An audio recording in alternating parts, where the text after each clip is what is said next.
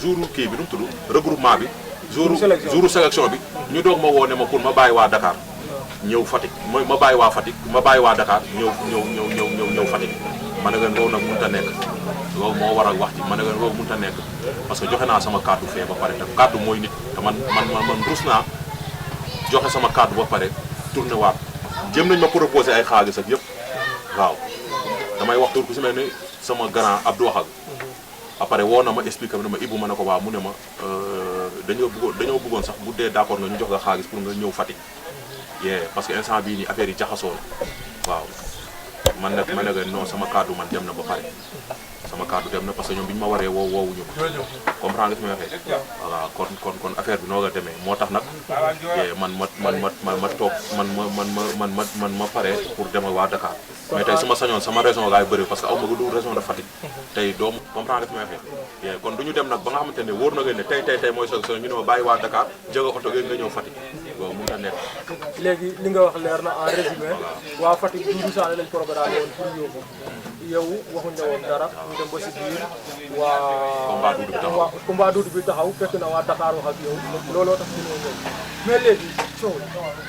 Doudou Sané Fatick Ibou Ndiaye dem Dakar man yaakaaruma yàggu ngeen seen raison ba dem lu toll nii drapeau chef de l'État ñu combine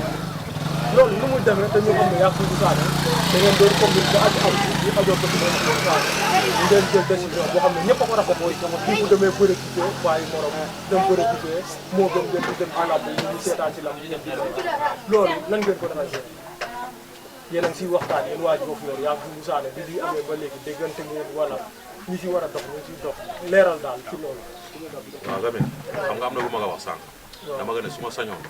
maanaam wax ji du ma si fóot côté boobu. non mais xam nga Ibou Ndiaye tey ñun buñ toogee ak yow te waxoon si loolu. day mel ni ñun defuñ suñu liggéey parce que loolu àdduna ñoo ci soxla ay leeral nan ngeen fas yéene gérer loolu entre vous yéen waa Diofior yaa dugg déggante ngeen ay kilifa dox nañu ngeen ko programme ñoo leen demee drapeau chef de l'État nan ngeen di gérer waaw instant bii nii daal li ma la mën a wax ndaw mooy gis nga dëkk bi ak ñii ñëpp ngay gis nii tey Doudou bu amee combat ñii dama leen di mobiliser ñu dem seetaani ko dem dugg si kaara bi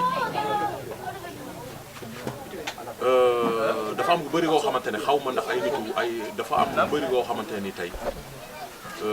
sa dëkk bi benn bopp la kenn mënu koo xar ñaar comprendre nga te kilifa yi ñu ngi waxtaan comprendre nga waaw kilifa yi ñu ngi waxtaan comprendre nga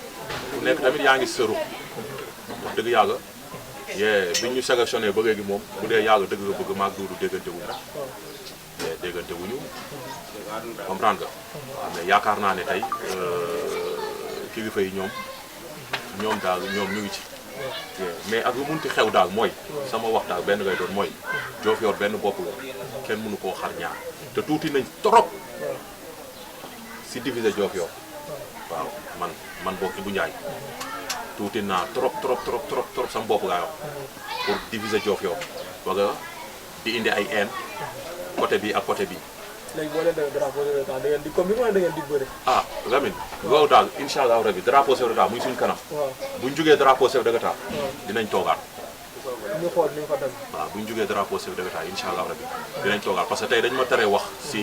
côté boobu noonu. non mais comme yow yaay mag. est-ce que yow côté boobu noonu lu tax woowoo comme ngeen jëmal parce que yaakaar naa moom woowoon na la ne la sama combat taxaw na. waaw woo na ma wax dëgg yàlla woo na ma est-ce que doo demal Fatick. woo na jéem la koo proposé. waaw après nga mujjee dem Dakar bi nga déggee ne moom moo mujjee représenté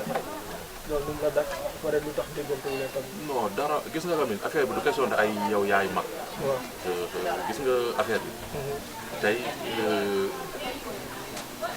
ñun ñëpp ay xale lañ. kenn mageewu si sa morom 5 ans. ay 2 ans ki 3 ans. Ibou Ndiaye xale bu ndaw la. yaa ngi gis. waaw Lamine tey ñi ngay gis ñi ñooy samay morom. am na si ñoo xam te ne sax ñoo ma mag xam nga nekkaat fii naan na booy laa wala xale laa maanaam di ko wax chaque instant amul sens pour man doon xale ak mag am jom am fugar fayda moo ko gën li nga wax rek Lamine coow bi bëri na façon nit bu nekk daf may woo téléphone mais man du ma si bëgg a yéey du ma si bëgg a yàbb parce que mun nga di wax ni ñooy enregistré wala naka mais sama programme ak waa Fatick sama programme ak ñi nga xamante ne ñoo doon sélectionné si équipe Fatick bi muy Père Mendy wax naa ak moom téléphone te damay cité turam ñeneen ñeeg woo nañ ma mais dégg nañ baax ma dama gën a joxe naa sama kàddu ba pare ñu ne ma waa baax na et après nag xaw ma ñoom nuñ def ba gérer comprendre amul problème quoi